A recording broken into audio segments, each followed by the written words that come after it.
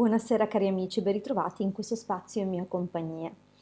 Abbiamo già parlato precedentemente di anime gemelle, c'è già un video a cui potete insomma rifarvi e se avrete piacere di guardarlo lo troverete nell'elenco dei video condivisi su questo canale. Oggi comunque approfondiamo ulteriormente l'argomento e vediamo qualche cosa in più per muoverci in quella direzione. Sappiamo che, come abbiamo già detto appunto nel video precedente, che l'anima gemella è forse la cosa più importante che possiamo trovare in questo mondo. E non la troviamo facilmente, nel senso che va fatto un grandissimo lavoro su di sé per permetterci appunto di avvicinarla. Per quanto molti possano sicuramente stare bene anche con anime compagne e condividere moltissimo, molte esperienze, crescere, soffrire, piangere, disperarsi, tutto quello che è nella gamma delle emozioni possibili e degli insegnamenti e apprendimenti possibili, le anime compagne appunto ci accompagnano, come dice proprio la loro definizione, lungo il sentiero e ci permettono di capire degli aspetti di noi su cui ancora dobbiamo lavorare. Non è un caso infatti che arrivino determinate persone piuttosto che altre, perché quelle persone metteranno in luce degli aspetti di noi o delle dinamiche da correggere e delle dinamiche appunto che mostrano quali sono le nostre debolezze, quali sono appunto i punti su cui dobbiamo ancora un po' lavorare. L'anima gemella comunque è sì un premio, ma anche una grandissima prova. Dobbiamo infatti comprendere che non è tutto rose e fiori e spesso l'anima gemella arriva in situazioni assolutamente difficili, complesse. È raro che si incontri l'anima gemella e che vada tutto esattamente liscio, assolutamente no. In genere arriva quando siamo già infilati in situazioni complicate, ma quando comunque siamo a un punto di crescita personale molto elevato, cioè quando abbiamo veramente integrato molti aspetti di noi, quando abbiamo compreso molte delle cose che erano in ombra, ecco che dunque giunge. Giunge, la attiriamo e non è che solo giunge lei a noi, anche noi a lei, cioè noi tra uno e l'altro componenti di questa unica anima che poi appunto è composta da due esseri, vengono attirati l'uno all'altro.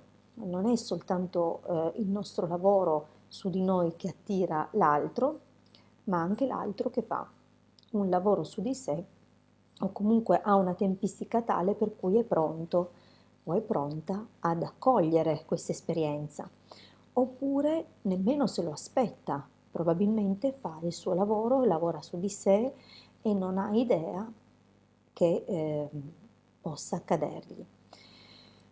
Dunque, come dunque lavoriamo su di noi? Come ci apriamo a questa esperienza? Bisogna tirare fuori tutte quelle che sono le zone d'ombra che riguardano la nostra persona, la nostra personalità a contatto con gli altri, cioè fino a che punto siamo in grado di sopportare, sostenere, comprendere, capire, lasciare andare il carattere o le attitudini degli altri, di chi ci sta accanto, fino a che punto siamo in grado di accettare anche come noi ci sentiamo accanto a queste persone. È importantissimo ascoltare noi stessi, ascoltare qual è la sensazione appunto che abbiamo quando siamo a contatto con le persone, percepire quali sono le cose che tira fuori questa persona di noi, tira fuori l'aspetto migliore di noi.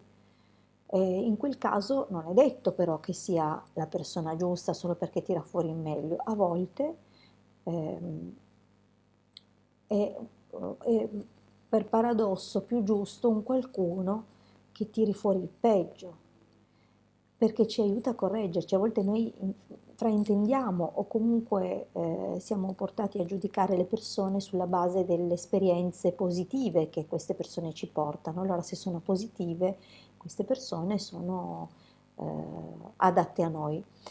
E questo è già un punto di vista sbagliato, perché è un punto di vista non consono, non centrato con quello che è il progetto che il divino ha per noi. Ogni persona è giusta, anche se porta le esperienze sbagliate o quelle che noi pensiamo essere sbagliate, in realtà si riveleranno sempre giuste per noi, perché porteranno a noi un pezzo di noi, una nuova consapevolezza di chi siamo, cosa siamo in grado di fare, cosa siamo in grado di dare.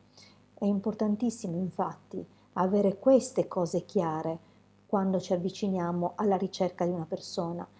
Sbagliamo sempre un po' quando pensiamo soltanto a quelle che sono le caratteristiche che cerchiamo nell'altro.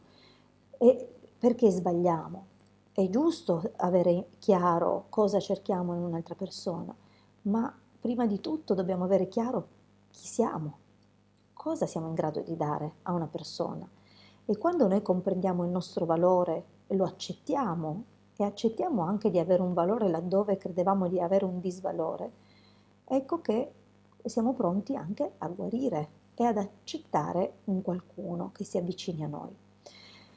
Ora, come possiamo fare dunque? Ho fatto tanti giri e adesso arrivo al dunque. Esistono delle strade, chiaramente, e uno, prima di tutti, è il lavoro sul sé.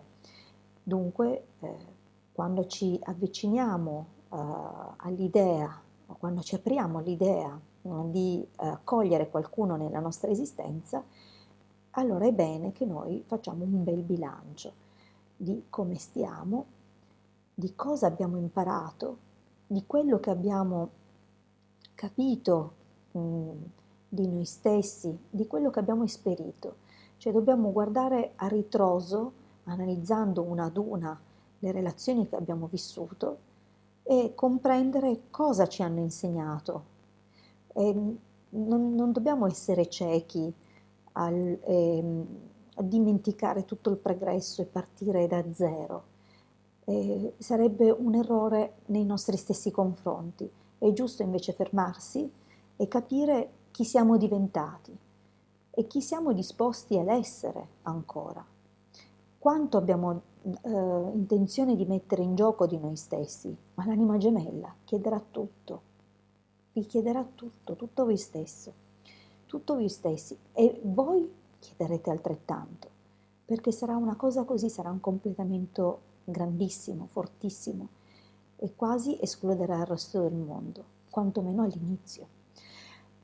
Dunque ragioniamo bene, anche aiutandoci con un quaderno. Molti di noi che hanno intrapreso questo percorso hanno già un quaderno magico su cui fanno le annotazioni, su cui osservano le loro impressioni su di sé, sulle pregresse esperienze, su quello che comprendono della loro personalità, e attraverso queste annotazioni attuano dei correttivi, che può essere per esempio per il tramite della programmazione del subconscio, di cui abbiamo parlato abbondantemente. E dunque possiamo sempre utilizzare questo sistema programmandoci all'apertura verso l'anima gemella. Dunque troveremo le parole più consone per noi, sempre al positivo, sempre all'indicativo presente, dove appunto noi ci apriamo all'incontro con l'anima gemella, o addirittura io incontro la mia anima gemella. Possiamo anche usare queste parole, ma dobbiamo appunto avere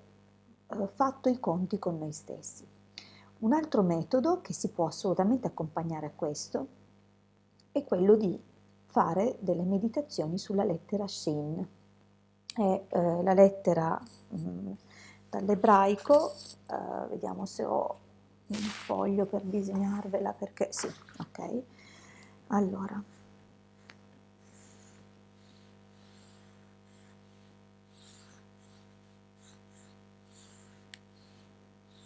ok, al meglio che ho potuto fare.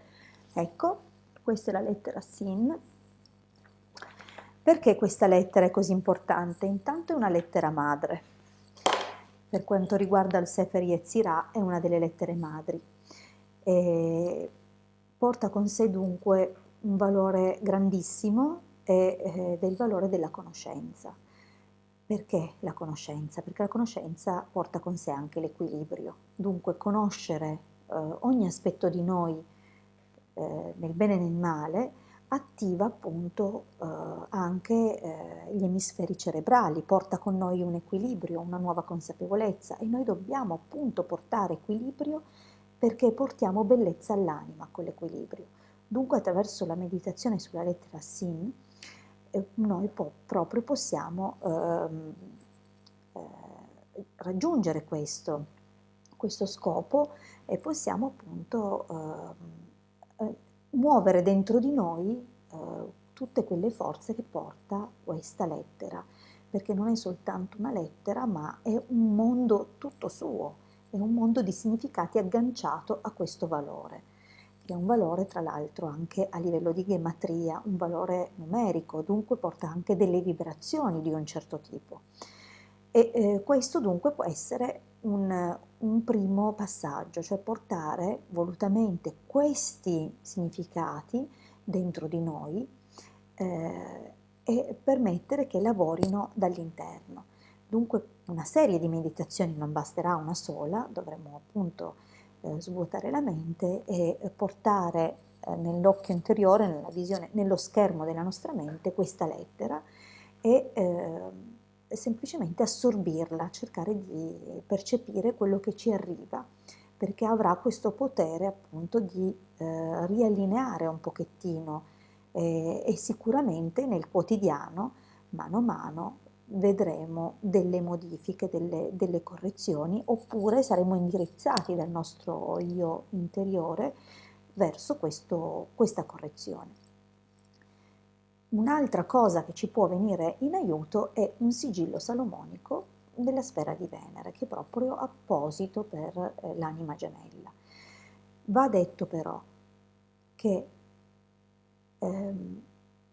quanti sforzi noi faremo e più sforzi faremo, più chiaramente saremo in grado di attirare questa persona, ma non dobbiamo avere in noi uno stereotipo, non dobbiamo avere in noi un'idea preconcetta di come pensiamo che sia.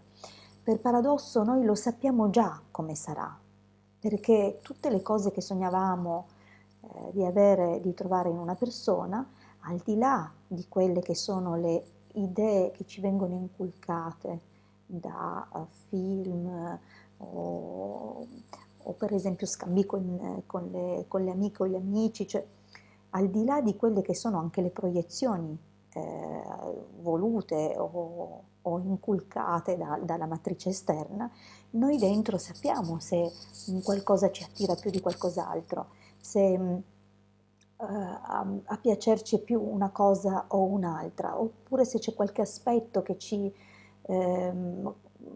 come dire, che cattura la nostra attenzione o con cui ci sentiamo più a nostro agio. Queste sono tutte cose innate che portiamo già scritte dentro, perché in fondo la mappa per trovarla è già dentro di noi, la mappa per trovare questa persona è già dentro di noi, solo che noi accettiamo piuttosto mille compromessi pur di non stare soli, per la paura di stare soli, accettiamo magari di farci piacere qualcuno o ci obblighiamo a cambiare noi stessi per piacere a qualcuno e poi magari non è la persona giusta, ma abbiamo fatto bene lo stesso a farlo perché così abbiamo capito di dover essere noi stessi. Dunque lavoriamo in questa direzione e anche se comunque è un appuntamento questo con l'anima gemella, che è un appuntamento, possiamo dire, del destino, ma in realtà è un disegno della Keter. Dunque se non saremo pronti o comunque non dimostreremo di impegnarci veramente seriamente, ma non per l'obiettivo dell'anima gemella, ma intanto per completare noi stessi, allora ecco che sarà difficile, ma confidiamo nel fatto che comunque sempre da lassù, dalle sfere dei regni spirituali, ci giunge la persona adatta a chi siamo noi in quel momento e di ciò di cui abbiamo bisogno per continuare a progredire, fermo restando che quando saremo pronti essa si manifesterà immancabilmente. Ripeto, non sempre sarà semplice come immaginiamo, non è tutto rose e fiori, perché anche se noi avremmo fatto tutto il percorso e tutto il cammino e avremmo fatto veramente tante correzioni dentro di noi, ecco che l'anima gemella ci tira fuori delle altre cose che non sospettavamo, perché è con lei che facciamo il resto del percorso. E dunque ora io vi incoraggio appunto ad andare incontro a un cambiamento che è interiore, a sentirvi prima di tutto completi voi, perché dovete portare in completamento la vostra essenza maschile e femminile, portarla in equilibrio, ed ecco che ci viene in aiuto la meditazione sulla Sin, e poi ecco che ci faremo il resto del percorso quando avremo raggiunto quantomeno la migliore versione che possiamo essere. Vi ringrazio per avermi ascoltato fino a qui e ci troviamo per una prossima condivisione. Un grandissimo abbraccio, a presto dalla vostra Hildegarda.